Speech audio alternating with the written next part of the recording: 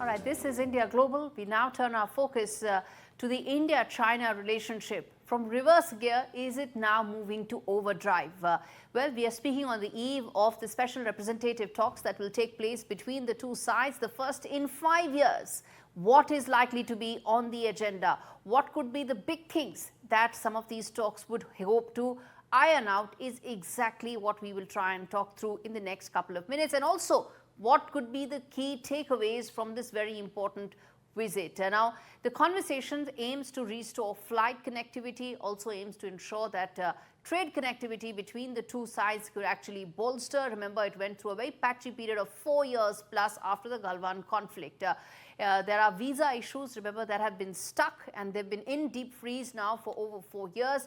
There is an effort to expedite all of that. Most importantly, also to ensure that the government-to-government dialogue, it's gotten a bit of an impetus in the last couple of weeks, but how to further improve on that. And most importantly, the agenda is likely to include the boundary question that continues to remain and fester as an ongoing, lingering issue between India and China.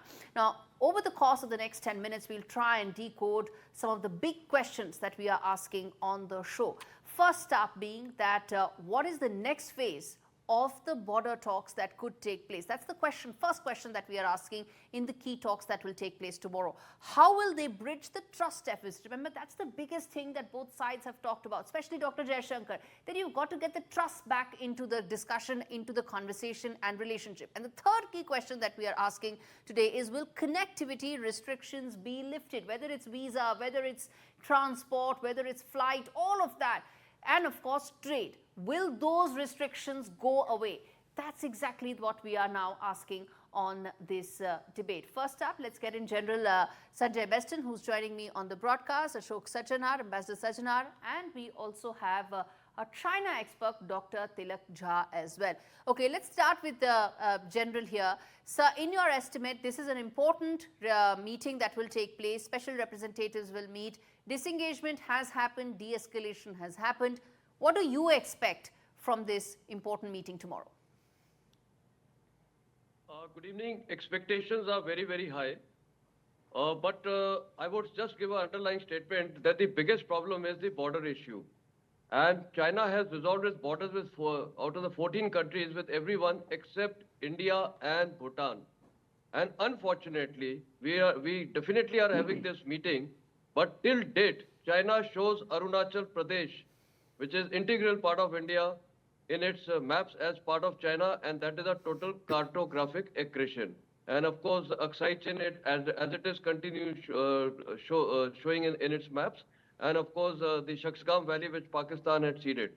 So, first and foremost, the biggest concern for anyone is, why doesn't the first talk, in fact, the first point which could be raised is, China should stop showing Arunachal Pradesh as a cartographic aggression in their maps. Okay. If that does not happen, let me tell you, I see, yes, you are talking very good issues, connectivity issue and everything. Those are possible. De-escalation is also now gradually happening. Things may get resolved in the border, but let me tell you, on the border, since it is not resolved the border with us and also continues pinpricks in Bhutan, so that will continue to be a friction point. So China wants to deliberately retain these friction points so that at the time of choosing and place, they can do whatever they want to. Okay, let's ask that to Ambassador Sajjanar. Important point, sir. Let me ask that to Ambassador Sajjanar. Sir, there are key issues that linger, that fester and impact the relationship. While what is going to happen, the special representative meeting is very important, but how do we get past the trust issue that remains the biggest roadblock?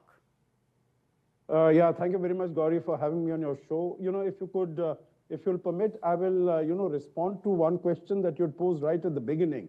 Is it going to be an overdrive? Definitely no. It is not going to be an overdrive. As the External Affairs Minister has said, it is going to be a calibrated approach. So it's going to be a slow approach. It's going to be a, gradual approach as far as this is concerned. I think the trust deficit, as you have identified, is the biggest stumbling block. And in that context, I will say that the expectations are not high at all. This is just an initial, the first meeting going to take place after 2019. You would recall that when the special representative meeting started, Gauri, they started in 2003. 23 meetings have taken place so far. The mandate of the SRs, of the special representatives, is basically to look at the border issue, how to resolve the border issue. We have not really been able to make any headway whatsoever. Now, disengagement has taken place, and de-escalation is still a big issue. The Chinese forces are still stationed not very far away. So de-escalation to the earlier positions definitely has to take place. I would say, in response to the question that you had posed, the ball is squarely in the court of China. China has to make moves so that the trust deficit to an extent is lessened. I don't think the trust deficit can be removed. It will take a very, very long time, because not only on the border issues, but on other issues, whether it is having, through our neighbors trying to have a string of pearls around India, even Yes. on issues like India's membership of the UN Security Council, Yes. India's membership of the Nuclear Suppliers Group. Yes. These are all issues on which China is standing in the way, obstructing the way of Absolutely. India to play a role in in international affairs. Dr. Jha, let me then ask you, what are your expectations from this visit and this meeting, and how tempered are they? Well, I think earlier we were in a situation where we had a luxury of first trusting and then go for verification. Trust and verify was one of the very famous statements by one of the prime minister. Today we are in a situation where we need to verify first and then trust, if at all it may happen.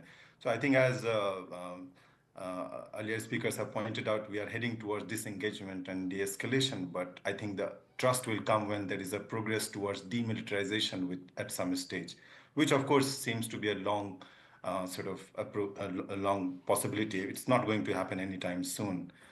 Calibrated approach, yes, but much more than that. We are also witnessing some pressure on both the nations because of Trump's presidency, which is coming up next year. Yes. And there are other economic situations which are also sort of piling up. There is a pressure on economic growth, especially in China. I think that's where they also need to sort of Yes. mend fences with India. Absolutely. So I think we have to see it as a political, strategic, and economic context in which I think we can expect that more verification will follow, but trust Let's may see happen where it goes. in the Then, future. then General Sanjay, what are you expecting as the takeaways from tomorrow's meeting? Of course, there are good optics that would be at play, but what more? For you, what would be that key deliverable? See, expectations are really not very, very high. To expect from these meetings, as pointed out earlier also, we have had 23 meetings so far. Nothing on ground. See, the biggest sore issue with China continues to be the border problem. Unresolved borders. And why this country is not solving its borders with India and China is a big question mark. And surprisingly, since I commanded Nathula Brigade, I remember, and till date, Chinese are making lot of incursions in Yes. the Masang MK Ridge in Western Bhutan, and the intent is very clear. Why is it entering Western Bhutan? It is basically entering so that it could threaten Siliguri corridor. And if you recollect, in 2017, it tried, Yes. making roads and tracks in Doklam. So the intent is very clear. They have got Exactly. long-term aims, strategic aims. These temporary measures may give us some kind of temporary relief and happiness, but Yes. long-term, till the time the border issue is not resolved, I think relations will continue to be very, very sore. Absolutely. Ambassador Sajjanar, then, beyond the optics, beyond the border dispute, for you, from some of the other aspects of diplomacy, what would you be waiting for or hoping to get as a positive outcome of tomorrow's meeting? Yeah, I think both the countries would really like to show that there is some forward movement, some positive outcome.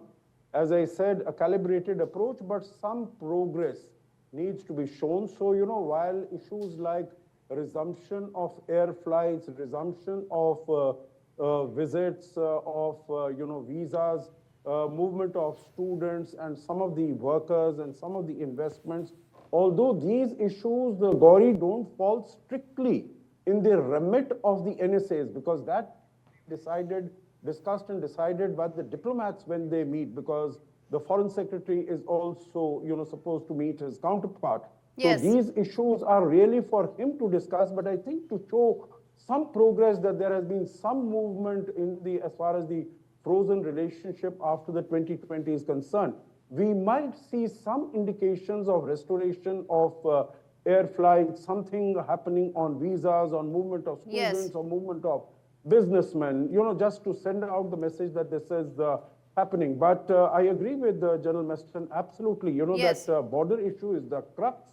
And first of all, even if the border issue is not resolved, to ensure that there is peace, stability, and tranquility on the borders, then Exactly. only other elements of the bilateral Exactly. relationship can progress. All right, Got it. we leave it there. Dr. Jha, I'm going to give you some airtime. I owe you that. Another day, maybe. This is a story that we're going to keep revisiting. Thank you so much, gentlemen, for taking out the time and speaking to me on India Thank you, Global. Gauri.